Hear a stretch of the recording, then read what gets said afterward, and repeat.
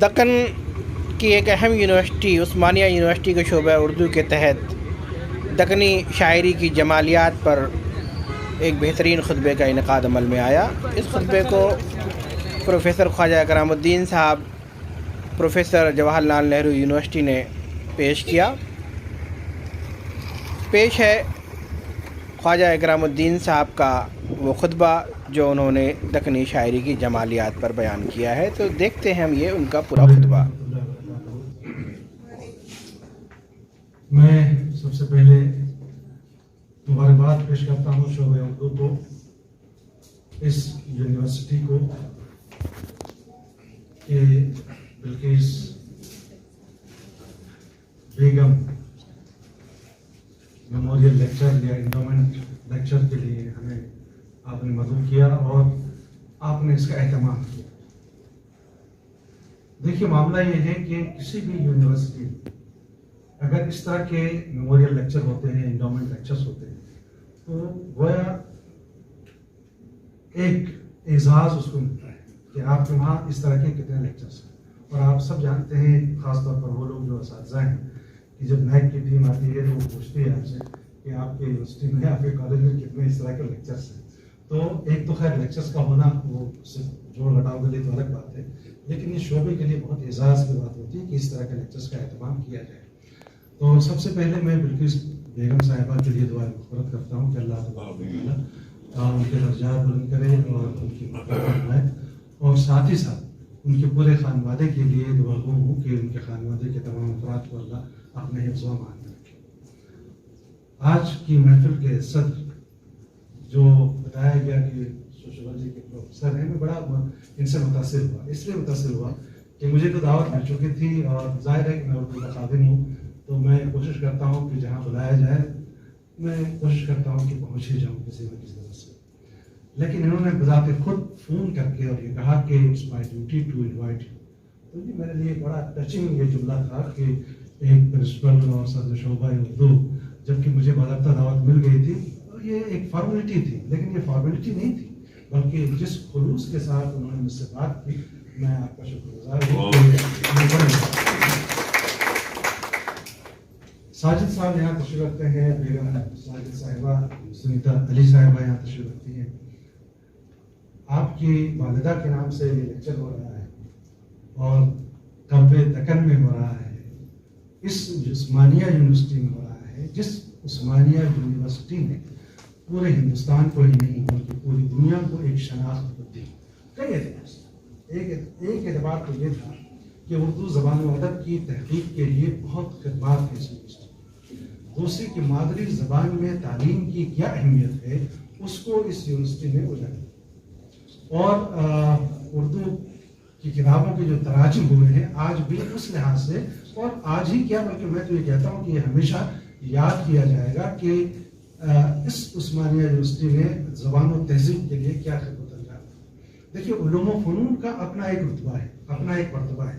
علوم و فنون سے مادی ترقیات حاصل ہوتی ہیں، لیکن تہذیبی ترقیات کے لیے ادبیات کا ہونا بہت ضروری ہے۔ تو یہاں عربی اور اردو کے جو شعبے ہیں جس طرح سے کام کیا، شکور صاحب یہاں تشریف رکھتے ہیں، ادبیات اردو ایک بڑا نام ہے، اور جس بے سر و سامانی میں یہ لوگ لے کے چل رہے ہیں یہ ایک بڑا کارنامہ ہے۔ تو میں یہ سمجھتا ہوں کہ آج یہ شعبہ اردو بھی بے سر و سامانی میں چل رہا ہے، کوئی پرماننٹ پروفیسر نہیں، پرماننٹ لیکچر نہیں، باوجود اس کے ہم نے دیکھا کہ انجم النساء نے جس طرح سے گفتگو کی اور جس طرح سے سارے انتظامات کیے اور بار بار انہوں نے مشورہ کیا، مجھے بلکہ خوشی کے ساتھ ساتھ دعا میں نے کی کہ کاش ایسے طالب علموں کو جلد سے جلد باضابطہ برسر روزگار ہو جائے تاکہ شعبے کو ترقی مل سکے۔ ان کے ساتھ ڈاکٹر مشتاق ہیں، ڈاکٹر مشالی ہیں اور ڈاکٹر تاج النساء صاحبہ ہیں، آپ لوگوں کی دعا بھی کرتا ہوں، اور یہ ضرور کہوں گا کہ ایسا نہیں ہے کہ ابھی صرف آپ کام کریں،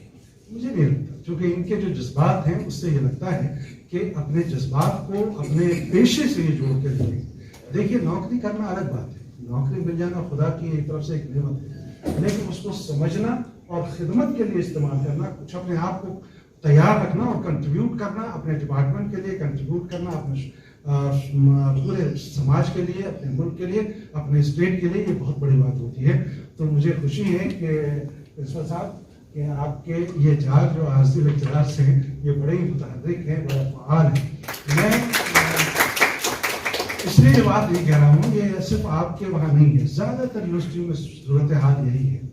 میرا خیال ہے کہ جب تک اس پہ ہم لوگ سنجیدگی سے غور نہیں کریں گے، خاص طور پر حیدرآباد میں جو لوگ مقیم ہیں، شکور صاحب یہاں تشریف رکھتے ہیں، میں ان کو جانتا ہوں، اور بھی علی صاحب بھی آئے یہاں، اور اس طرح کی جو بااثر شخصیات ہیں، آپ سے گزارش ہے کہ آپ اپنے سربراہ سے ملیے، چیف منسٹر سے ملیے، وزیر تعلیم سے ملیے، اور کہیے کہ یہ یونیورسٹی جس نے پورے ہندوستان کو ایک نام دیا، ایک پہچان دیا، ایک شناخت دی، وہ بے سر و سامانی میں کیوں گزر؟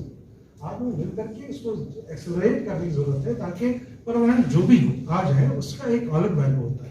لیکن مجھے بہت خوشی ہے، احساس ہی نہیں ہوا کہ یہ عارضی ہیں، کیونکہ ان لوگوں نے جس طرح سے کام کیا، خدا ان کے حوصلوں کو سلامت رکھے، ان کے جذبات کو سلامت رکھے، اور ان کے حوصلوں کو مزید جلا بخشے تاکہ یہ اور کام کر سکے. برکت ان چند تمیزی گفتگو کے بعد بلقیس صاحبہ کے بارے میں پوری گفتگو ہو گئی. ساجد صاحب یہاں موجود ہیں، آپ کی موجودگی میں دکن پہ گفتگو کرنا چاہتا ہوں. لیکن آپ نے کبھی غور کیا، شکور صاحب نے ایک بات کہی کہ ایک زمانے میں شمالی ہند اردو کا مرکز تھا. ایک زمانے میں مرکز رہا ہوگا، لیکن اس مرکز سے پہلے جو مرکز تھا وہ یہی دکن تھا. دکن کے بعد یہ مرکزیت لوٹ کے شمال کی طرف جاتی ہے، اور شمال سے اب مزید دکن کی طرف آ رہی ہے، اور بڑی اچھی بات ہے. جب میں ڈائریکٹر تھا تو میں نے سروے کروایا تھا کہ اردو اسپیکنگ اور لوگ کتنے کس اسٹیٹ میں زیادہ ہیں اور کس اسٹیٹ میں زیادہ خدمات ہو رہی ہیں. تو وہ نتیجہ ETV کے ذریعے ہم نے وہ سروے کروایا تھا. تو آپ کو مایوسی نہیں ہونی چاہیے. نمبر 1 پہ مہاراشٹر تھا، اس کے بعد یہ نمبر 3 پہ تھا. لیکن اب چونکہ یہاں اتنے شعبے ہو گئے ہیں، اتنے طالبہ ہیں، طالبات ہیں، کہ ممکن ہے کہ 2015 کا سروے تھا، یا تھوڑا سا تبدیل ہو سکتا ہے اعداد و شمار کو دیکھتے ہوئے. لیکن اس سے انکار نہیں ہو سکتا کہ حیدرآباد شروع سے مرکز رہا ہے، صرف زبان و ادب کے لیے نہیں، تہذیب و ثقافت کے لیے. اور ایسی تہذیب و ثقافت جس کا رشتہ ہندوستانیت سے بھی اتنا ہی گہرا تھا، اور ہندوستانیت کے علاوہ مشرق وسطیٰ کو اگر آپ دیکھیں تو مشرق وسطیٰ کی تمام تر تہذیبی انسلاکات اس حیدرآباد کی سرزمین میں موجود تھی. تو اس اعتبار سے حیدرآباد کو ایک بڑی اہمیت حاصل ہے. میں جو بات کہنا چاہ رہا ہوں کہ ایک زمانہ تھا کہ شمال اور جنوب کے درمیان بڑا فرق تھا. ایک زمانہ وہ تھا جب دکن میں تہذیبی اونچائیاں تھیں.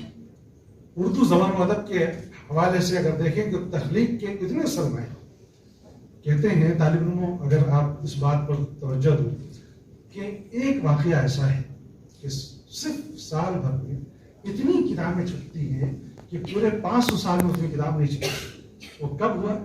کہ جب فورٹ ولیم کالج قائم ہوا. آپ کو یاد؟ ٹھیک ہے.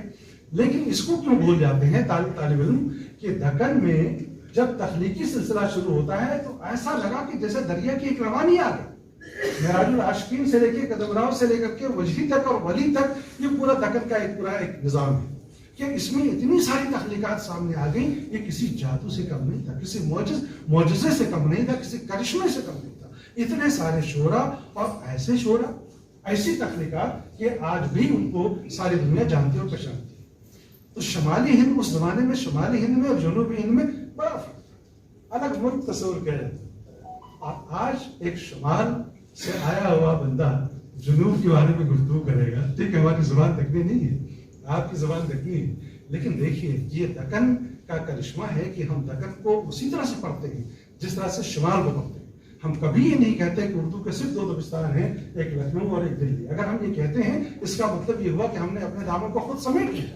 ہم یہ کہتے ہیں کہ یہی نہیں ہے، لکھنؤ اور دلی کے علاوہ حیدرآباد کو کیوں فراموش کرتے ہیں، لاہور کو کیوں فراموش کرتے ہیں، فیض آباد کو کیوں فراموش کرتے ہیں، رامپور کو کیوں فراموش کرتے ہیں، عظیم آباد کو کیوں فراموش کرتے ہیں. یہ سارے وہ مراکز ہیں جو اردو کے مراکز ہیں. لیکن ان تمام مراکز میں سب سے زیادہ اہمیت اور افضلیت اگر کسی کو حاصل ہے تو وہ دکنی دبستان کو حاصل ہے. اور کیوں حاصل ہے یہ میں اپنی گفتگو میں آج بات کرنا چاہتا ہوں. لیکن اس سے پہلے میں طالب علموں سے، خاص طور پر مخاطب ہوں نئی نسل کے طالب علموں سے، یہ غور کریے کہ اردو زبان و ادب کی تاریخ کا جب ہم مطالعہ کرتے ہیں تو کئی دلچسپ حقیقتیں آتی ہیں سامنے. کسی بھی تاریخ کو آپ پڑھیے تو دلچسپ حقیقتیں تو سامنے آتی ہیں. دکن کے حوالے سے جب آپ پڑھیں گے تو کچھ ایسی حقیقتیں سامنے آئیں گی جو آپ کی آنکھیں کھول دیں گی, آپ حیرت میں پڑ جائیں گے. کیوں حیرت میں پڑ جائیں گے؟ اس لیے کہ دکن کو کیوں اہمیت حاصل. اردو زبان کے حوالے سے آج ہم بات کرنا چاہتے ہیں, تو اردو زبان کے حوالے سے ہم بات کریں. وہ بولی جو شمال میں صرف دلی اور آس پاس کے علاقوں میں بولی جا رہی تھی, یہی نا, وہ جب دکن میں آتی ہے تو کیا ہوتا ہے, یہاں پہنچ کر ایک توانا زبان کی شکل میں پروان چڑھتی ہے. اتنی بات تو ہم سب جانتے ہیں, تاریخ میں لکھا ہوا, اس سے انکار کروں. لیکن اس سے آگے کی بات کیا ہے, وہ کہاں لکھا ہوا, کیوں نہیں لکھا, کون لکھے, یہ تو آپ کو لکھنا چاہیے. اور یہ اسی وقت لکھا جائے گا جب آپ ریسرچ کریں. آپ ذرا غور کریے کہ جب دکن میں یہ زبان آتی ہے تو بہت کم عرصے میں یہ بولی ترقی کر کے زبان کی منزل تک پہنچتی ہے, اور زبان کی حد تک جب پہنچتی ہے تو ایک طویل لسانی عمل سے گزرنے کے بعد ایک خاص شکل و صورت اختیار کرتی ہے. لیکن جو بات میں بتانا چاہتا ہوں کہ دلی میں بولی جانے والی بولی دکن میں زبان کی حیثیت کیسے اختیار کرتی ہے, اور صرف زبان ہی نہیں بلکہ تخلیقی اعتبار سے اس توانائی تک پہنچتی ہے. کیسے پہنچتی ہے؟ اس طرح کی ہجرتیں تو بہت ہوئی ہیں, لیکن دکن میں ہی آ کر کے کیوں یہ زبان ایک نئی زبان کی شکل اختیار کرتی ہے؟ اس لیے اختیار کرتی ہے کہ دکن کی سرزمین تہذیبی اعتبار سے بہت بلند تھی. ایک اگر تہذیبی اعتبار سے بلند نہیں ہوتی تو ہجرت کی ضرورت ہی نہیں تھی, ٹھیک ہے. لیکن تہذیبی اعتبار سے بلند ہونا بڑی بات نہیں ہے.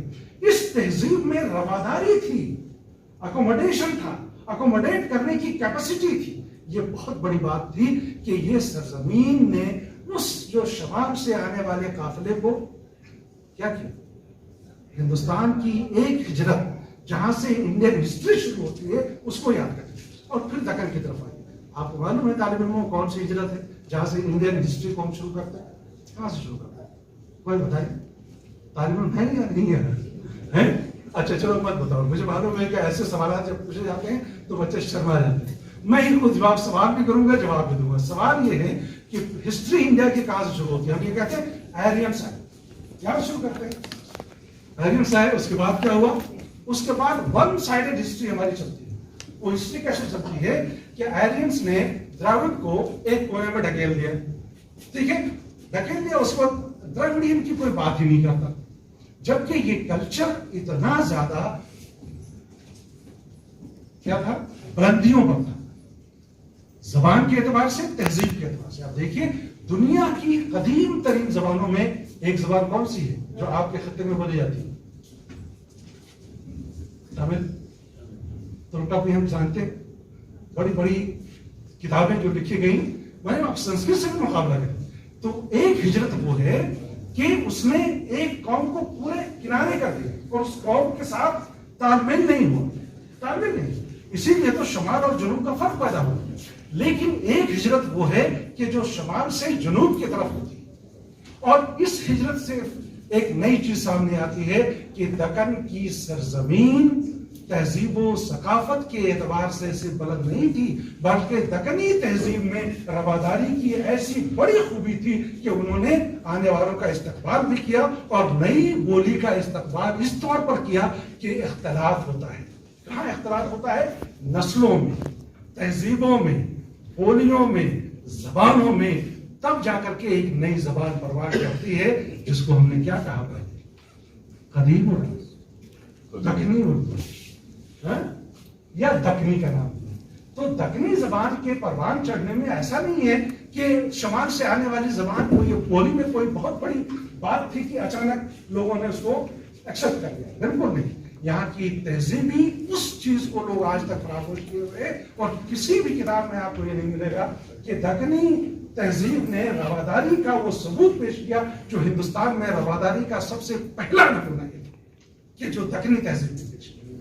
اور اسی لیے اس دکنی تہذیب میں ایسی زبان پروان چڑھی. اور وہ دکنی تہذیب کس طرح سے تھی؟ ایرین سے بھی ان کا تعلقات تھے, دراوڑین تو تھے ہی, لیکن ہند ایرانی تہذیب, ہند اسلامی تہذیب کی آمیزش بھی تھی بیک وقت. گویا 4 تہذیبوں کا سنگم تھا، ہند ایرانی تہذیب، ہند اسلامی تہذیب، ایرین تہذیب اور خود یہاں کی ڈراویڈین تہذیب جو ترقی یافتہ، تب جا کر کے دکنی زبان پروان چڑھتی ہے۔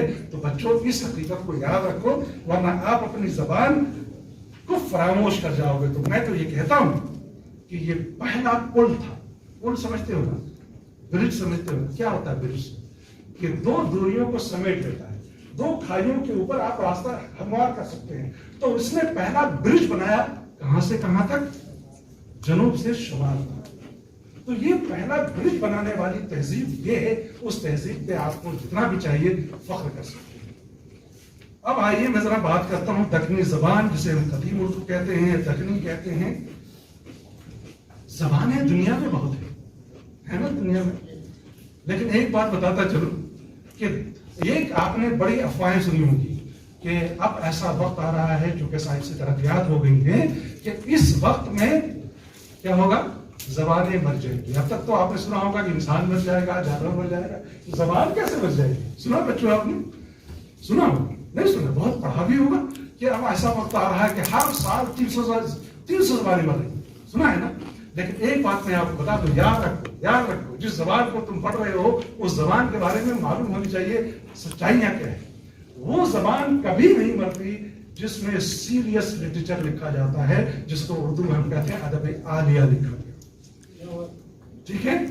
اب اس دکن کی سرزمین کی خوبی تو دیکھو، کہتے ہیں ایک محاورہ سنا ہے تم لوگوں نے، چراغ تلے اندھیرا۔ بچوں سنا ہے چراغ تلے اندھیرا؟ یہ محاورہ نہیں، محاورہ نہیں سنا تو میں سناتا ہوں۔ چراغ تلے اندھیرا کیا مطلب ہوتا ہے؟ کمرے کو ڈارک کر دو، ایک چراغ جلاؤ، ٹھیک ہے؟ ہوگا کیا کہ چراغ کی روشنی نکلے گی، چاروں طرف کمرے کو روشن تو کر دے گی، لیکن چراغ کے نیچے دیکھو گے تو اندھیرا رہے گا۔ کیا رہے گا؟ اندھیرا رہے گا۔ تو تقریباً ویسا ہی ہے، اگر آپ نے دکن کو نہیں پڑھا تو یہ چراغ تلے اندھیرا ہے، یعنی جہاں جس تہذیب نے آپ پورے ہندوستان کو منور کیا، اس تہذیب کو آپ نہیں جان لو گے، حیرت کی بات ہے، حیرت کی بات ہے۔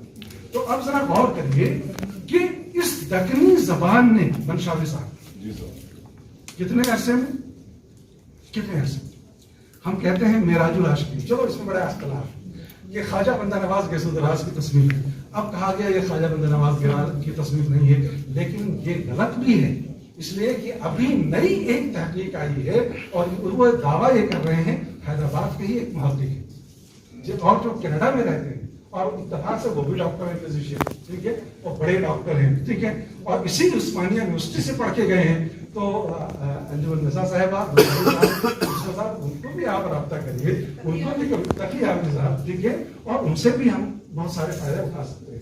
انہوں نے ایک نئی تحقیق کی ہے اور انہوں نے بتایا ہے لسانی عمل کے ذریعے۔ چلیے وہ الگ بات ہو جائے گی، وہ یہ کہتے ہیں کہ معراج العاشقین خواجہ بندہ نواز گیسو دراز کی ہی تصنیف ہے، اختلاف کے ساتھ چاہے جس کی تصنیف ہو۔ ہم کہتے ہیں کہ پہلا نثری نمونہ ہے، اور ادبی نمونہ پہلا کون سا ہے بچے؟ پہلا ادبی نمونہ دکن کا آپ دیکھو، اردو کہتے ہیں مسلمانوں کی زبان ہے، ہاں تو وہ کہتے ہیں اردو کس کی زبان ہے؟ مسلمانوں کی زبان۔ کیا بات کرتے ہوں گے؟ کیا کوئی زبان کسی مذہب کی ہوتی ہے؟ کسی مذہب کی ہوتی ہے کوئی زبان؟ بالکل نہیں۔ یعنی مذہبوں کو زبان کی ضرورت تو پڑ سکتی ہے، مذہبوں کو زبان کی ضرورت پڑ سکتی ہے، لیکن کسی مذہب کی زبان جو ہے مختص نہیں ہوتی۔ کیا عربی مسلمانوں کی زبان ہے؟ اردو مسلمانوں کی زبان ہے؟ تمل مسلمانوں کی زبان ہے؟ گجراتی مسلمانوں؟ دنیا کی ہر زبان بولی جاتی ہے، اور جہاں جس نسل کے لوگ رہتے ہیں اس کو اپنے فائدے کے لیے استعمال کرتے ہیں۔ پہلا نثری تخلیقی شعری نمونہ جو دکن میں سامنے آیا وہ کون سا ہے؟ قدم راؤ قدم راؤ کا نام سنا ہوگا؟ نثری نمونہ کلمت اللہ خیر۔ ہاں میں شعری نمونے کی بات کر رہا ہوں کہ اگر قدم راؤ کو مانتے ہیں تو یہ قدم راؤ اور قدم راؤ کون سے مسلمان تھے؟ اب بولو یہ زبان دکن کی زبان ہے۔ اچھا ایک بات، اب قدم راؤ سے لے کر کے آپ چلے آؤ قطب مشتری تک، کردار کون سے ہیں؟ باغمتی کا کردار ہے، یہاں کیوں نہیں کسی بدر منیر کا کردار کیوں نہیں ہے؟ بے نظیر کا کردار کیوں نہیں ہے؟ اس کا مطلب یہ ہے کہ یہ مشترکہ تہذیب یعنی کمپوزٹ کلچر کا بھی نمونہ تھا یہ دکنی تہذیب، اور اس تہذیب میں یہ زبان نکل کر کے آ رہی، ٹھیک ہے۔ اتنی خوبیاں ہیں، گنتے رہو، میں تو چند خوبیاں جلدی گنانا چاہتا ہوں تاکہ فخر کر سکوں۔ دیکھو ایسا ہے اگر تم یہ جانو نہیں کہ جہاں تم رہ رہے ہو تمہاری حیثیت کیا ہے اور تمہاری اپنی پہچان کیا ہے تو تم فخر نہیں کر سکتے, پراؤڈ نہیں کر سکتے. تو پراؤڈ فیل کرانے کے لیے میں چاہتا ہوں کہ دکن کی ان خصوصیات کو آپ سمجھو.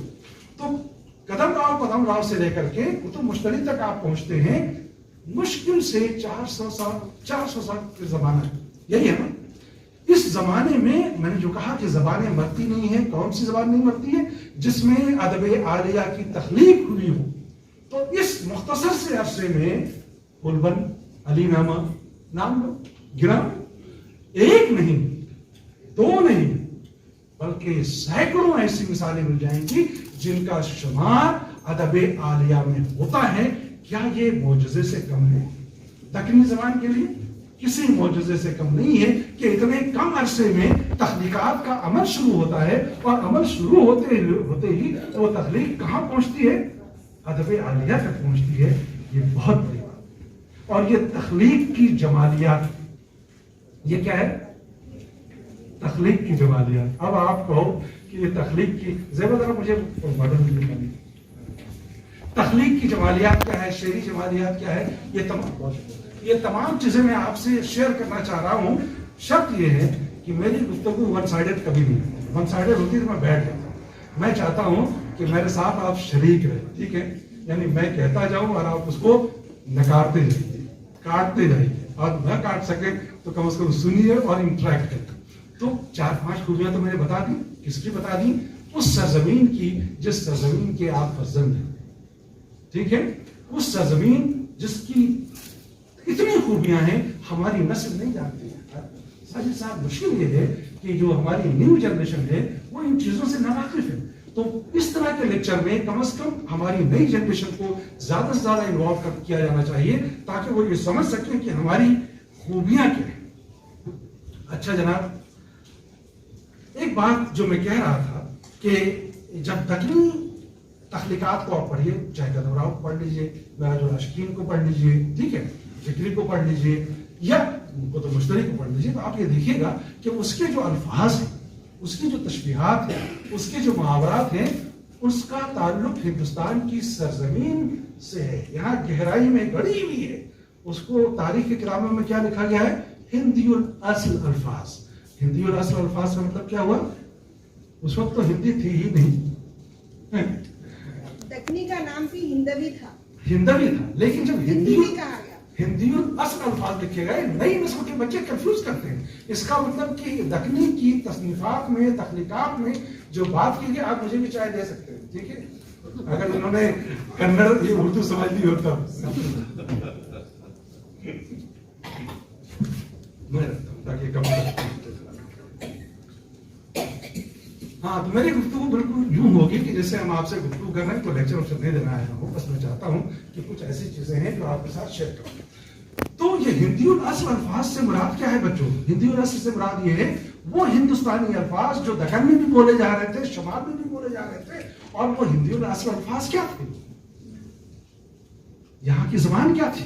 سنسکرت. اور سنسکرت تمام زبانوں کی ماں ہے, ٹھیک ہے نا. تو وہ سنسکرت سے نکلے ہوئے الفاظ, اس کو ہم نے ہندی الاصل الفاظ کہا. اور وہ سنسکرت کے الفاظ اگر کیرلا میں گئے تو وہاں کی شکل بدل دیا, لکھنؤ میں گئی وہ زبان, وہاں شکل بدل گئی, مہاراشٹر میں گئی وہ زبان, وہاں شکل بدل گئی, لیکن زبان کا اصل تو وہی رہا. تو ہندی الاصل الفاظ اس میں موجود تھے. لیکن اس کے ساتھ ساتھ ایک چیز اور تھی, وہ یہ تھی کہ ایک مصنف لکھتے ہیں کہ صنف غزل جب ایران سے ہندوستان پہنچی, یہ اصل دیکھیے, میں نے یہ بات کہی تھی کہ یہاں کی تہذیب کے تعلقات کو اگر دیکھیں تو آپ دربڑی تہذیب دیکھیے, آریت تہذیب دیکھیے, انڈو ایرانین تہذیب دیکھیے, اور انڈو اسلامک تہذیب دیکھیے. ان چاروں سے مل کر کے یہاں کی مشترکہ تہذیب بنتی ہے, ٹھیک ہے. تو وہ یہ کہتے ہیں کہ صنف غزل جب ایران سے ہندوستان پہنچی تو قدیم دکنی شعراء نے فارسی شاعری کے اعتبار میں تمام اصناف شعر, اوزان ظہور کو فارسی سے مستعار لیا. مستعار لینے کا مطلب کیا ہے؟ فارسی سے ادھار لیا, یہ ہے نا لفظی معنی, مستعار لیا. لیکن جہاں تک اصل مسئلہ یہ ہے, لیکن جہاں تک شاعری کی روح اور مواد کی پیشکش کا تعلق ہے, اس خصوص میں وہ بہت اہم اور کیا ہے صحت مند ادبی مذاق رکھتے تھے. اسی لیے ان کی تخلیقات میں چھوڑ کے پڑھ رہا ہوں، چونکہ یہ اقتباس ہے. تصور پرستی، واقعہ نگاری، حقیقت پسندی، یہ تمام چیزیں دکنی تخلیقات میں نظر آئیں گی. اور ان واقعات نگاری میں، تصور پرستی میں وہ جمالیاتی عناصر دیکھنے کو ملیں گے جس پر آج مجھے گفتگو کرنی ہے. جمالیاتی عناصر. لیکن جمالیات کیا ہے؟ جمالیات پہلے یہ سمجھ لیں کہ جمالیات کیا ہے تاکہ ہم بات کر سکیں کہ جمالیاتی عناصر کیا ہے. جمالیات کس سے نکلا ہے؟ جمال، حسن، بیوٹی. ماشاء اللہ، بہت اچھا. تب میں گفتگو کرتا ہوں، مجھے اچھا لگا ہے نا. تو یہ جمالیات نکلا کہاں سے ہے؟ جمال سے. اور جمال کس کو کہتے ہیں؟ کسی کا نام ہے جمال کیا ہے یہاں؟ جمال صاحب ہیں کوئی بیٹھے ہوئے؟ نہیں. جمیلہ صاحبہ کو بیٹھی ہے. جمیلہ بھی نہیں ہے، جمال بھی نہیں ہے. ٹھیک ہے. تو جمال کا معنی کیا ہے؟ جمال کا معنی ہے بیوٹی، حسن، خوبصورت. یہی ہے نا. اچھا، خوبصورتی کس کو کہتے ہیں بھائی؟ خوبصورتی کس کو؟ بڑا پیچیدہ سوال. ٹھیک ہے. کیوں پیچیدہ سوال ہے؟ کہ کس چیز کی خوبصورتی؟ کپڑے کی خوبصورتی ہماری اپنی پسند ہے، آپ کی ڈاکٹر صاحب اپنی پسند ہے، سنیتا صاحبہ کی اپنی پسند ہے. ٹھیک ہے. پیمائش کے پیمانے الگ. اچھا، اب اگر لذت کی بات کریں، کافی پسند ہے یا چائے پسند ہے؟ بریانی پسند ہے یا کھچڑی پسند ہے؟ یہ بھی الگ الگ ہے. اگر حسن کی بات کریں تو کیا وہ فرنگی عورتوں کی بات کریں گے جو بہت گوری ہوتی ہے؟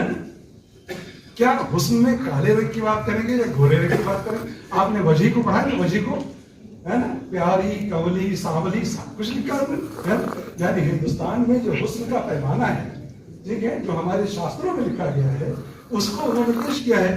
اب کوئی میر کا یہ شعر پڑھے کہ نازکی، شعر مجھے یاد نہیں آ رہا. لفظ کیا کہیے؟ یہ شعر افریقہ میں جا کے پڑھیے تو کیسا لگے گا؟ افریقہ میں پڑھیے. ہمارے وہاں تو ہے کہ ہونٹے نازک، پتلے ہونٹ اور گلابی ہونٹ. ٹھیک ہے، گلاب سے مشکل. کیا افریقہ میں یہ شعر پڑھ سکتے ہیں؟ رنگ بدل دینا پڑے گا. وہاں رنگ بدلنا پڑے گا اور وہاں ہونٹ موٹے ہوتے ہیں. وہاں کے حسن کا پیمانہ یہ ہے کہ جو جتنا کالا ہوگا، جتنا سیاہ ہوگا، وہ اتنا وہ وہاں کا حسن ہے. ٹھیک ہے. تو حسن کا معیار بھی الگ الگ ہے. ٹھیک ہے. حسن کا معیار بھی الگ ہے. اور یہ حسن ہم کہاں سے پہچانتے ہیں؟ بہت مشکل ہے. لیکن میں 2-3 اقتباسات پڑھتا ہوں پہلے تاکہ آپ جمالیات کو سمجھ لیں. اس کے بعد دیکھیے کہ دکنی شاعری میں کیا جمالیات ہے. جمالیات کو انگریزی میں ایستھیٹک سے کہتے ہیں. کتنا ایستھیٹک ہے. اور وہ ایستھیٹک ایسا ہے کہ جس میں ہندوستان نظر آئے گا، جس میں ایران نظر آئے گا، جس میں سنٹرل ایشیا نظر آئے گا، جس میں آپ کو پورا دکن نظر آئے گا، پورا ہندوستان. اور وہ اشعار میں آپ کو پڑھ کے سناؤں گا. آپ کہیے گا کہ یہ شعر تو میں نے پہلے پڑھا تھا لیکن اس طرح نہیں پڑھا. تو پہلے ذرا دیکھو کہ جمالیات کس کو کہتے ہیں. جمالیات بتا دیا آپ نے. حسن کو کہتے ہیں، خوبصورتی کو کہتے ہیں. ٹھیک ہے. میں نے بتا دیا کہ خوبصورتی کا معیار الگ ہے. ٹھیک ہے. اب ذرا سنیے. جمالیات لفظ جو ہے جمال سے مشتق ہے، جس کا معنی ہے حسن اور خوبصورتی. اور ادب میں جب ہم جمالیات استعمال کرتے ہیں تو اس کا مفہوم ہوتا ہے کہ وہ علم یا وہ فلسفہ جس سے جمالیات کو سمجھا جائے، حسن کو سمجھا جائے. ٹھیک ہے. یعنی کسی بھی چیز کی جمالیات، اس کا بھی ایک جمالیات. الگ الگ باٹلز کمپنی بناتی ہے. اس کی باٹل زیادہ خوبصورت ہوگی تاکہ لوگ خرید سکیں. اس کی بھی جمالیات الگ ہے، اس کی بھی جمالیات ہر چیز کی ایسٹھیٹک سینس. تو اب سوال یہ ہے کہ کسی بھی چیز کی خوبصورتی کے احساس کو جمالیات کہتے ہیں. آپ نے یعنی آپ کو محسوس ہوا کہ یہ اچھا ہے. عطر لگاتے ہیں؟ عطر نہیں لگاتے. پرفیوم لگاتے ہیں یا عطر لگاتے ہیں؟ بہت زیادہ لگاتے ہیں. تو پرفیوم کو ہو یا عطر کو، ہر آدمی کو ہر پرفیوم پسند ہے نہیں ہے. تو گویا جو چیز آپ نے محسوس کی اور وہ آپ کو اچھا لگا، اس کو ہم کہتے ہیں جمال. جمال کا احساس. بالکل درست. جمال یعنی جمال کا آپ نے احساس کیا. لیکن اگر کوئی ایسی چیز سامنے آئے جس کو میں نے محسوس کیا، کیا اچھا، آپ نے منشاوی صاحب محسوس کیا کیا اچھا ہے، ہمارے بچوں نے محسوس کیا کیا اچھا، یعنی زیادہ تر لوگ جس کو پسند کیا وہ کیا کہتے ہیں، یونیورسل جو ہوتا ہے، یونیورسل بیوٹی اس کو کہتے ہیں. ٹھیک ہے، یا زیادہ تر لوگ جس کو محسوس کرتے ہیں. ادب میں جمالیات کی جب بات ہم کرتے ہیں تو ہم جمالیات اسی کرتے ہیں. انگریزی میں ایک کوٹیشن ہے کہ the law and principle determining the beauty, nature, art, taste, etc. یعنی کسی بھی چیز کو ڈٹرمائن کرنے کے لیے کہ اس کی بیوٹی کا نیچر کیا ہے اور اس کو محسوس کرنے کے لیے اس کو ہم جمالیات کہتے ہیں. ٹھیک ہے، چلیے میں چیزیں چھوڑتا ہوں تاکہ جلدی جلدی سے آپ باتیں ختم کر سکوں. جمال کا احساس سمجھ رہے نا، خوبصورتی کا احساس. کتب مشتری پڑھا ہے کسی نے؟ کیا بادشاہ تھے، کیا شہزادے تھے، خواب دیکھا اس نے. ٹھیک ہے، اور خواب میں جمالیات کا شکار ہو گیا، یہی تھا نا یا کچھ اور تھا؟ یاد ہے کسی کو کتب مشتری؟ یاد ہے نا بچوں؟ ہاں، کیا خواب دیکھتا ہے؟ دیکھتا ہے نا، کسی کو دیکھتا ہے. ٹھیک ہے، پری کو دیکھتا ہے، پری کو دیکھتا ہے. وہ احساس جمال کا شکار ہے. ٹھیک ہے، یہ پوری کہانی وہاں سے شروع ہوتی ہے. میں جو بات بتانا چاہ رہا ہوں کہ شاعری میں جب احساس جمال کی بات کرتے ہیں، جمالیات کی بات کرتے ہیں، تو حواس خمسہ سمجھتے ہیں؟ دیکھنے کی طاقت، سننے کی طاقت، سونگنے کی طاقت، چکھنے کی طاقت اور ٹچ کرنے کی طاقت. ٹھیک ہے، یہ 5 طاقتیں ہیں. کیا شاعری میں ان 5 طاقتوں سے ہم احساس جمال کر سکتے ہیں کیا؟ جی، شاعری کی یہی خوبی ہے. آپ کو سمجھ میں آ رہا ہوگا کہ ٹچ کیسے کر سکتے ہیں، سونگ کیسے کر سکتے ہیں، لیکن شاعری کی خوبی یہ ہے کہ شاعر اس طرح سے پیش کرتا ہے کہ آپ محسوس ہوتا ہے کہ آپ اس دنیا میں پہنچ گئے.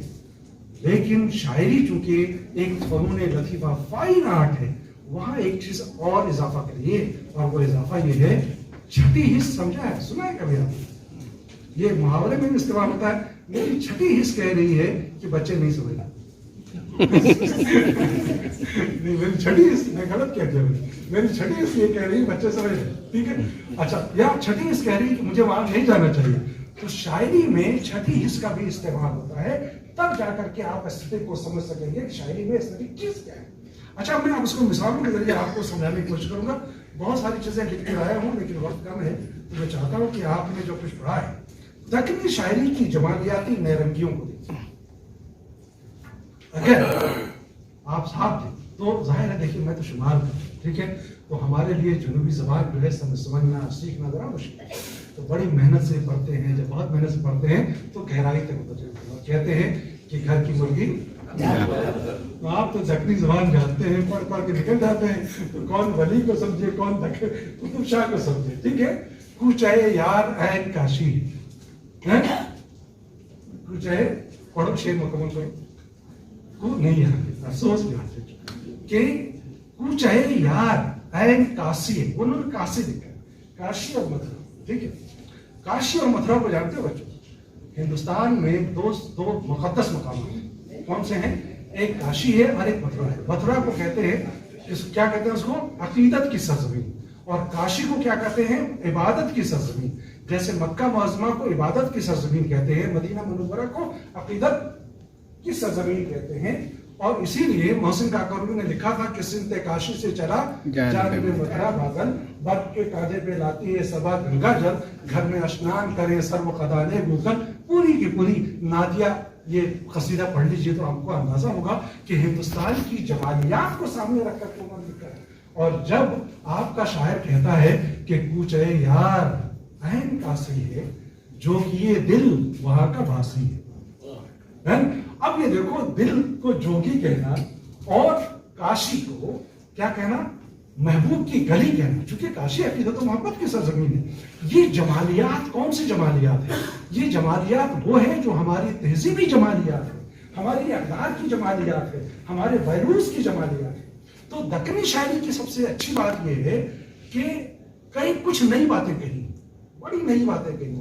پتہ نہیں آپ نے کبھی غور کیا کہ نہیں کیا، کچھ نئی باتیں کوئی بتا سکتا ہے؟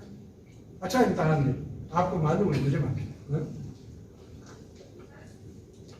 محبوب جانتے ہیں نا، ولی نے کیا کہا، میر نے کیا کہا؟ بڑی آرزو تھی گلی کی تیری. اس کے بعد شمال کے شہر نہیں جاتے. بڑی آرزو تھی گلی کی تیری، سو یہاں سے لہو میں نہا کر چلے. محبوب کی بات انہوں نے کی. محبوب کا جب نام آتا ہے، محبوب کا، ٹھیک ہے، تو ایک تصور ہوتا ہے ذہن میں. کیا تصور ہوتا ہے؟ خوبصورتی، محبت کا، عقیدت کا، انسیت کا، اپنائیت کا محبوب کا تصور آتا تھی نا. اچھا ایک تصور کیا آتا ہے، دوسرا تصور کیا آتا ہے؟ بے وفائی کا، بے اتفاقی کا، اور ظالم کا، ظلم کرنے والے کا. بت کا تصور آتا ہے کہ جو سنتا ہے نہ دیکھتا ہے، سر پٹکتے رہ جاؤ محبوب سننے کو. یہ ہے نا، یہ محبوب کا سارا تصور آتا ہے. تو محبوب کے تصورات کو آپ دیکھیے پوری اردو شاعری میں، بلکہ ہندوستانی شاعری میں دیکھیے. دکن نے جناب علی شکور صاحب جو محبوب کا تصور دیا، ساجد صاحب انوکھا تصور دیا. کیا ہے محبوب کو اکثر لوگوں نے چاند کہا، پھول کہا، کیا کیا کہا، سورج کہیں نہیں کہا محبوب، سورج نہیں کہا.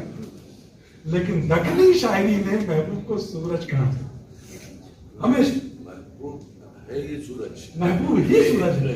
عجیب بات ہے، سورج سے تو گرمی لگتی ہے، اور چاند کی چاندنی بہت نرمی ہے، اس کی بہت ملائمیت ہے، بہت نرگسی ہے. لیکن دکنی شاعروں نے محبوب کو سورج کیوں کہا؟ یہ ایک نئی بات، اور یہی ایک بات نہیں ہے، بلکہ تصور محبوب کو بدل کے رکھ دینا یہ عجیب بات ہے. یہ وہ چیزیں ہیں جو دکنی شاعری کی ایسی صفت ہے جو ہندوستان کی کسی ادبیات میں آپ کو نہیں ملے گی. اور دکن کے لوگوں کو فخر کرنا چاہیے کہ اس نے اردو ادب کو ایسے لال و گوہر دیے ہیں، کس اعتبار سے؟ خیالات کے اعتبار سے، تصورات کے اعتبار سے، اقدار کے اعتبار سے، استعارات کے اعتبار سے، تشبیہات کے اعتبار سے، بہت سارے. میں کچھ مثالیں آپ کو پیش کرتا ہوں. چلیے صاحب میرے ساتھ اگر آپ دکنی شعر تو پڑھ سکتے ہیں نا. خلوت منے سجن کی میں موم کی بتی ہوں. اچھا بتی اصل لفظ ہے، لیکن یہ ضرورت شعری کی وجہ سے یہ پڑھنا پڑے گا. یک پاؤں پر کھڑی ہوں جلنے پرت پتی ہوں. ٹھیک ہے. اچھا یہ پورا کا پورا میں مست ہوں سجن کی، دستی ہوں تن کی صورت، اب عشق کی مدن کی مغرور مدمتی ہوں. یہ پورا پڑھیے آپ تو آپ کو اندازہ ہوگا. صرف یہی نہیں بلکہ دکن والوں نے ہندوستانی تہذیب کو سمجھا تھا. کون سی تہذیب کو سمجھا تھا؟ جو ہمارے ویداس، جو ہمارے ویدانتا کی پوری تہذیب تھی، رامائن اور مہابھارت کی پوری تہذیب تھی. اب ذرا یہ شعر سنیے.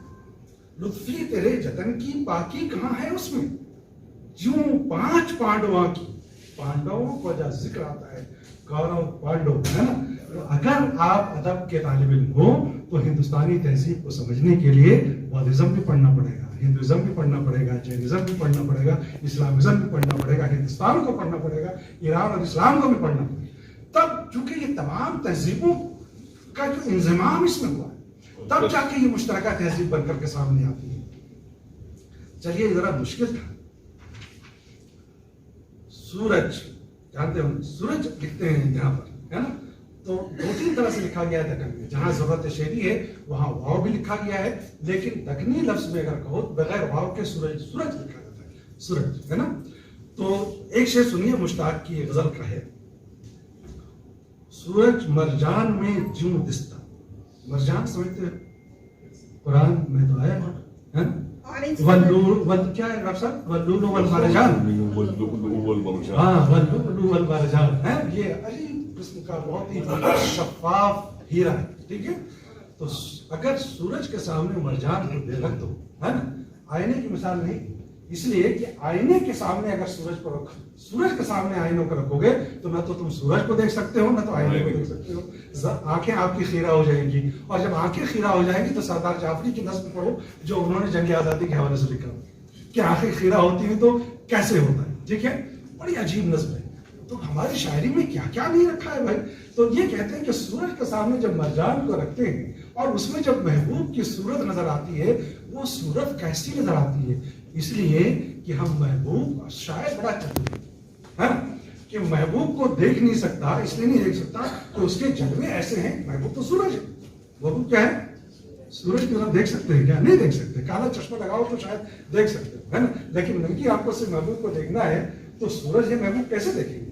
تو اس کے سامنے مرجان رکھتا ہے نا، کہ ہم محبوب کی شکل کو مرجان میں دیکھیں تو کیسے دیکھتا ہے. تو کہتے ہیں کہ سورج مرجان میں جو دستا، نظر دوں کانپتی تھر تھر، جو لٹ پیچاں بھری تھی سر تھے اوپر ڈھلی ہے آب. یہ پوری کی پوری آپ غزل پڑھیے تو آپ کو عجیب لگے گا کہ اور اسی میں آگے ایک اور دوسرا شعر کہا ہے, دوسری غزل کا ہے, کئی اشعار ہیں, 2-3 شعر سے. صفا اس گال کو دیکھت, صفا اس گال. اچھا, اس میں محبوب یہ دکنی شاعری میں ایک خاص بات ہے. دیکھیے جناب شکور صاحب یہاں بیٹھے ہیں, جانتے ہیں ادب کے آپ سب طالب علم ہیں. شمالی ہندوستان جب ولی جاتے ہیں تو وہاں شاعری شروع ہوتی ہے. تو آبرو سے لے کر کے حسرت 250 سال 300 سال کا وقفہ ہے. پتہ ہی نہیں چلتا کہ محبوب کون, پتہ چلتا ہی نہیں ہے کہ محبوب کون.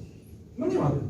پہلی دفعہ جب حسرت نے کہا کہ دوپہر کی دھوپ میں میرے بلانے کے لیے وہ تیرے کوٹے پہنیں گے, پاؤں آنا یاد ہے, تب سمجھ میں آیا اچھا اردو شاعری میں جو محبوب ہے وہ عورت ہے. میں اس سے پہلے سمجھ ہی نہیں آیا تھا, اتنا سال گزر گیا, صدیاں گزر گئی. لیکن دکن میں شاعروں نے پہلی دفعہ بتا دیا کہ ہمارا محبوب کوئی اور نہیں, عورت ہی ہے. تو یہ جو الزام لگایا جاتا ہے عام طور پر تاریخ کی کتابوں میں دیکھو کہ اردو شاعری کی ہم کیا بات کریں, اردو شاعروں نے تو محبوب کے بارے میں بتایا ہی نہیں کہ وہ کون ہے. انسان ہے بھی نہیں, جنات ہے, پری ہے, دیو ہے, کیا ہے, ہمیں کچھ سمجھ نہیں آتا. لیکن آپ دیکھو کہ دکن جہاں سے شاعری کی ابتدا ہوتی ہے, پہلے ہی انہوں نے محبوب کو عورت بنا کے پیش کیا. اور عورت کو چونکہ بنیادی طور پر حسن کا ایک مجسمہ سمجھا جاتا ہے, صرف حسن کا نہیں, محبت کا, خلوص کا. سمجھ گئے آپ اس بات کو؟ یاد رکھو کہ عورتوں کی جو سچائی ہے, جو صداقت ہے, اس پہ ایمان لانا چاہیے کہ جو سچائی اور صداقت عورتوں کا مکاری نہیں ہے, عیاری نہیں ہے. تو جتنے مکار عیار کے کردار آپ کو داستانوں میں ملیں گے, میں آپ سے نہیں کہہ رہا, داستانوں میں ملیں گے, وہ مردوں کے ملیں گے, کسی عورت کا نہیں ملیں گے. تو چونکہ ہندوستان میں مامتا کی دیوی کہا گیا ہے, کیا کہا گیا ہے؟ مامتا کی دیوی کہا گیا, اور اسلام میں بھی عورتوں کا بڑا رتبہ ہے. ٹھیک ہے, تو اس نقطۂ نظر سے دیکھو کہ عورتوں کو پہلی دفعہ دکن کی شاعری نے, بلکہ پہلے ہی انہوں نے مجسم, محبت کا مجسمہ بنا کے پیش کیا. صفا اس گال کو دیکھت نظر سو جگہ گر پڑتی, 100 جگہ گرتی ہے. کیسے گرتی ہے؟ مکھی کے پر میں کہاں تا کر سورج لگ جا گزر. بڑا مشکل ہے نا, شعر مشکل. آسان شعر پڑھتا ہوں ولی وغیرہ کے. چلیے, قواسی, نصرتی, لطفی, قریشی, ٹھیک ہے, یہ ساری مثالیں ہم نے دی ہیں, لیکن وہ چھوڑتا ہوں, قدیم زمانے کی مثالیں ہیں. اب حضرت قطب شاہ کے بارے میں ہم یہ کہتے ہیں کہ رنگ کس نے بنایا؟ کس نے بنایا؟ اللہ نے بنایا. سب کچھ اس نے بنایا. اس نے سوچتے ہیں کیا بات ہے, آپ نے جواب اتنی دیر سے کیوں دیا؟ رنگ کس نے بنایا؟ سب چیز اللہ نے بنایا, تو رنگ بھی اللہ نے بنایا. اچھا, کالا رنگ ہمارے لیے محترم ہے یا نہیں محترم؟ اس لیے محترم ہے جیسے کالا رنگ کا تصور آتا ہے خانہ کعبہ کی طرف ہمارا دھیان چلا جاتا ہے, اور غلاف کعبہ کیا ہے؟ کالے رنگ کا ہے. اور سبز رنگ جیسے ہم کہتے ہیں تو مدینہ منورہ کی طرف چلا جاتا ہے. اچھا, ہندوستان میں اگر ہندو دھرم آپ پڑھو, ہندو شاستر پڑھو, تو اس میں ناریوں کی الگ الگ قسمیں بیان کی. ٹھیک ہے, اس کو ذہن میں رکھتے ہوئے یہاں کے شعراء نے بھی یہاں کے رنگت کو یہ نہیں کہا کہ وہ حقارت کے لائق, ہر رنگ کا احترام کیا. یہ بڑی بات ہے کہ دکنی شعراء نے, اگر وجی نے کاملی لکھ دیا, سانولی لکھ دیا, تو یہ دراصل احترام ہے اس کا کہ تمام مخلوقات کو تو اللہ نے پیدا کیا, چاہے جس رنگ کا ہو اس کا احترام واجب ہے. اس لیے ہمارے وہاں دکنی شاعروں نے کالے رنگ کو بڑی اہمیت دی ہے, کالے رنگ پر بھی بڑے اشعار لکھے ہیں. اب ذرا ایک شعر سنو قطب شاہ کا. پیا سانولا من ہمارا لبایا. یہ فرنگی عورت کا ذکر چاہتے تو کر سکتے, نہیں کر سکتے. پیا سانولا پیا سانولا من ہمارا لبایا, نزاکت عجب سبز رنگ میں دکھایا. دونوں چیزیں آ گئی. ٹھیک ہے, اب یہ پیاری, سانولی, کملی جیسی جمالیات پیرائی کی نسبت, یہ وہ جمالیات ہیں جو حسن کی جمالیات, جو ظاہری مظہر اس کا بیان ہے. لیکن احساس کے نظر کے بارے میں آپ کو میں کچھ بات بتانا چاہتا ہوں. اسی نے کہا محبت کیا چیز ہے. محبت تو یہ ہے کہ محبت کے بغیر دنیا کا تصور ممکن نہیں. کیوں ہے سب نہیں ممکن؟ اس لیے محبت سے ہی تو ہم آگے بڑھتے ہیں. گھر کی محبت کہاں سے شروع ہوتی ہے؟ ماں باپ سے شروع ہوتی ہے, بھائی بہن سے شروع ہوتی ہے, پھر خاندان والوں سے شروع ہوتی ہے, پھر معاشرے سے, یہ پھر ایک سلسلہ پک ہوتا ہے. اور وجی کہتے ہیں محبت کی لذت فرشتہ کو نہیں ہے, محبت کی لذت فرشتہ کو نہیں ہے, بہت صحیح سن یہ لذت پچھانی. یعنی میں نے جو بہت محنت مشقت کرنے کے بعد یہ لذت پہچانی کہ یہ محبت کی جو صفت ہے، جو جبلت ہے، جو فطرت ہے، یہ انسان، صرف انسان میں ہو سکتا ہے، فرشتہ میں نہیں ہو سکتا۔ اگر آپ چاہو آسانی کے لیے تو یہ شعر سن سکتے ہو حالی کا کہ فرشتے سے بڑھ کر ہے انسان بننا، یہ آسان شعر، لیکن دکنی آپ کے لیے تو آسان ہے نا، میرے لیے مشکل، آپ کے لیے تو آسان ہے، لیکن حالی میں سن لو کہ فرشتے سے بڑھ کر ہے انسان بننا، مگر اس میں لگتی ہے محنت زیادہ، اگر اس میں لگتی ہے محنت زیادہ۔ فرشتہ بننا آسان ہے، تصویر کرتے ہوئے کونے میں بیٹھ جائے، انسان بننا مشکل ہے۔ کیوں مشکل ہے؟ جب انسان بنو گے تو میں ماں باپ کو پہچاننا ہوگا، بھائی بہن کو پہچاننا ہوگا، پڑوسیوں کو پہچاننا ہوگا، سماج کو پہچاننا ہوگا، اس اسٹیٹ کو پہچاننا ہوگا جہاں رہے ہو، اس ملک کو پہچاننا ہوگا، اور ساری دنیا کو پہچاننا ہوگا، عالمی انسانیت کو پہچاننا ہوگا، جو رحمت للعالمین کا پیغام ہے، تب جا کر کے آپ انسان بن سکتے ہو۔ تو یہ کہتے ہیں کہ فرشتے محبت نہیں کر سکتے، تو محبت کون کرے گا؟ ہم کریں گے، انسان کریں گے، ٹھیک ہے؟ تو محبت کیسے کرنا ہے، یہ محبت کے الگ الگ روپ کو بھی آپ کو اگر دیکھنا ہو تو دکنی شاعری میں آپ دیکھ سکتے ہیں۔ چلیے، بہت سارے اشعار ہم نے محبت کے لکھے تھے، چھوڑ دیے تاکہ آپ ڈھونڈ کے نکالو محبت کے شعر کہاں سے۔ اب جمالیاتی احساس، یہ تمام وہ چیزیں ہیں جو کہیں نہ کہیں آپ کو اقدار کی جمالیات، احساس کی جمالیات، خیال کی جمالیات، تصور کی جمالیات، یہ تمام چیزیں وہ ہیں جو آپ کو بہت، شاعری کیا ہے؟ شاعری اگر آپ کو پڑھ کے سنا دیا جائے تو ایک سرسری سا وجد آپ کو آتا ہے، لیکن ایک بار پڑھو، دو بار پڑھو، بار بار پڑھو، آپ کو ہر بار پڑھنے میں ایک نئی لذت، نیا احساس ملے گا۔ یہ دراصل شاعری کا کمال ہے۔ کیوں ایسا ہوتا ہے؟ اس لیے کہ شاعر جب ایک شعر کہتا ہے تو اس میں ایک میننگ نہیں ہوتی ہے، بلکہ کئی شیڈز ہوتے ہیں، اور ان شیڈز تک پہنچنے کے لیے بہت ہی سنجیدگی سے آپ کو وہاں تک پہنچنا پڑے گا۔ اگر وجہ یہ کہتے ہیں کہ پیا باز پیالہ، کیوں نہیں پیا جائے بھائی؟ کیا بات ہو گئی؟ پیاس لگی پینا چاہیے، کہتے ہیں پیا باز پیالہ، ہاں یہ کیا بات ہوگی؟ وہاں خوش، ہم یہاں خوش، تو نہیں اور صحیح، اور نہیں اور صحیح، یہ بھی تو شاعر نے کہا۔ لیکن جب وزیر نے یہ بات کہی ہے تو دراصل جب یہ شعر آپ پڑھتے ہیں کہ پیا باز پیالہ پیا جائے نا، پیا باز یک دل جیا جائے نا، اس کا کیا مطلب ہوا؟ اس کا مطلب یہ ہوا رشتوں کا جو تقدس ہے، لگاؤ اور محبت کا جو تقدس ہے، لگاؤ کی جو شدت ہے، یہ شدت دراصل اس انسیت کا جمال ہے، اس انسیت کی جمالیات ہے کہ جس کے بغیر یہ دنیا سنسان لگتی ہے۔ تب ہم کہتے ہیں پیا باز پیالہ پیا، ٹھیک ہے؟ آگے بھی کہتے ہیں، کہے تھے پیا بن صبوری کر کیا، اس کے بعد کہیا جائے اما کیا جائے نا، کیا بات ہے۔ ہر آدمی صبر کرو، صبر کر رہے، اس سے تو پوچھو جس پر مصیبت پڑی ہے وہ کیسے صبر کر رہے ہیں۔ کہنا آسان ہے لیکن کرنا کتنا مشکل ہے۔ یہ دراصل انسانی فطرت کی وہ جمالیات ہے جس کی طرف وجہ آپ کو کہنا۔ تو شعر پڑھ کے نکل جاؤ گے بچوں تو نہ تو شعر سمجھ میں آئے گا، نہ شعر کی تہوں میں چھپی ہوئی جو ایسٹیٹک سینس ہے اور جمالیات کا جو احساس ہے وہ اس وقت تک نہیں پہنچے گا۔ اب ذرا سنو، نہیں ذرا سنو، کون سا شعر پڑھوں گا؟ اسی نہیں عشق جس وہ بڑا کوڑ ہے، کیا بڑی بات کہی ہے، نہیں عشق جس وہ بڑا کوڑ ہے کہ بھی اس سے مل بحث آ جائے۔ یعنی آج کے دور ہر دور میں انسان، مکمل انسان اسی وقت ہوتا ہے جب اس کے اندر عشق کا جذبہ ہوتا ہے، ورنہ ہمارے میں اور روبوٹ میں کیا کمی تھی؟ ہم زیبا سے کیوں کہتے ہیں کہ ذرا پانی پلاؤ؟ ہم روبوٹ سے کہہ سکتے ہیں؟ تو روبوٹ اور انسان میں فرق تو یہی ہے کہ انسان کے اندر احساسات ہیں، انسان کے اندر بہت سارے جمالیات کے، بہت سارے نفرت کے، بہت سارے محبت کے، نہ جانے کتنے حواس ہیں۔ 5 حواس تو وہ ہیں، اور 6ٹھی حص تو ہم نے آپ کو بتائی ہے، آنے والے دنوں میں 7ویں حص بھی آ سکتی ہے، کوئی بعید نہیں ہے، اتنی ترقی کر رہے ہو۔ تو کہتے ہیں کہ انسان، مکمل انسان اسی وقت بن سکتا ہے جب اس کے اندر عشق کا جذبہ ہوگا۔ عشق کے جذبے کی خاص بات کیا ہے بتاؤ؟ بھید بھاؤ نہیں کرتا۔ سب سے بڑی بات ہے محبت کی کہ وہ بھید بھاؤ کرتا ہی نہیں، تم کون ہو، کیا ہو، یہ نہیں پوچھتا، تم میرے ہو یہ دیکھتا ہے۔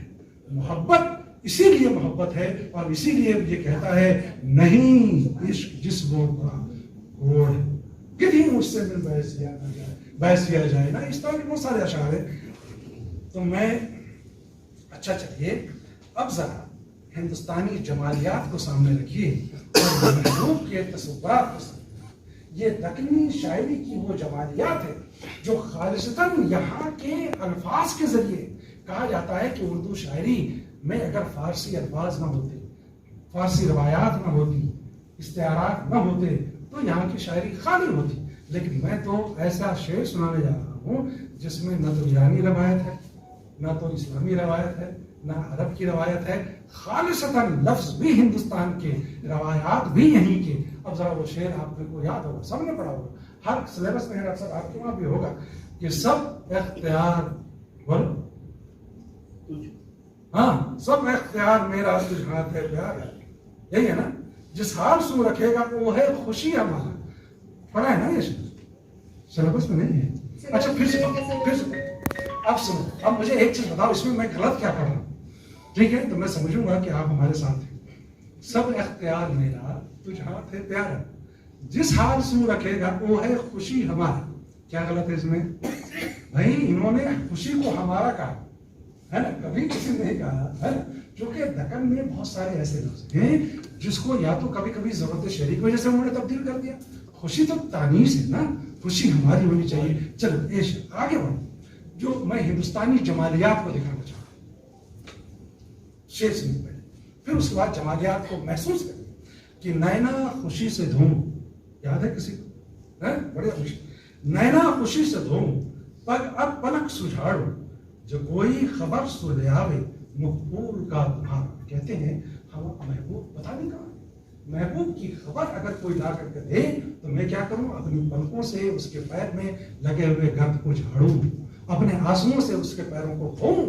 اب ذرا دیکھو کہ ہندوستان کی قدیم روایات میں یہ ہے کہ کہتے ہیں کہ اتیتھی دیوا بھوا ہے نا، اور ہم اردو میں کیا کہتے ہیں کہ ہندوستان یعنی کہ مہمان خدا کا کی نعمت ہے نا، مہمان جو ہے ایک نعمت ہے. ٹھیک ہے. اب یہ دیکھو کہ جب ہندوستان میں کوئی دور سے آتا تھا تو پہلے اس کو بٹھاتے تھے اور رکاب میں پانی لے کے جاتے تھے، اس کے پیروں کو دھوتے تھے. حضرت ابراہیم کا قصہ آپ کو معلوم، حضرت ابراہیم کا قصہ، ان کے پاؤں بھی دھونے گئے. ٹھیک ہے. تو یہ ایک روایت تھی.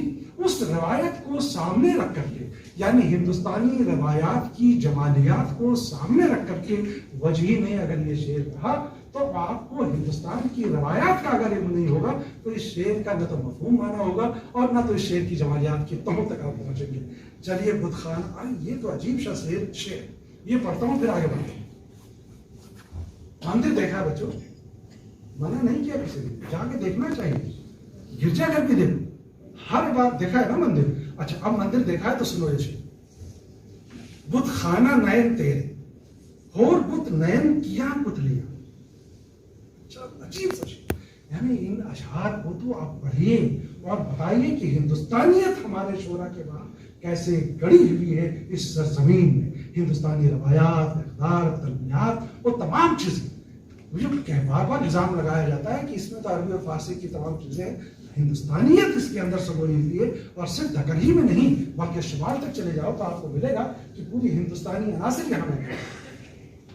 مجھے بتا دیجیے گا وقت کب ختم ہوگا ہے نا. چلو یہ شعر سن لو پہلے. بت خانہ نین تیرے اور بت نین کیاں پتلیاں، مجھ نین ہے پجاری پوجا ادا مالا.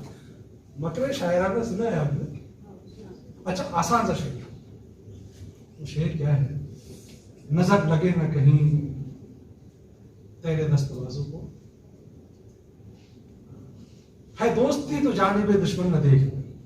یہ شعر مکر شاعرانہ کی ہے. وہی مکر شاعرانہ یہ ہے، وہ کہتے ہیں کہ تمہاری آنکھیں کیا ہیں؟ مندر. اور آنکھوں کے اندر جو پتلیاں ہیں وہ کیا ہیں؟ مندر میں رکھی ہوئی مورتیاں ہیں.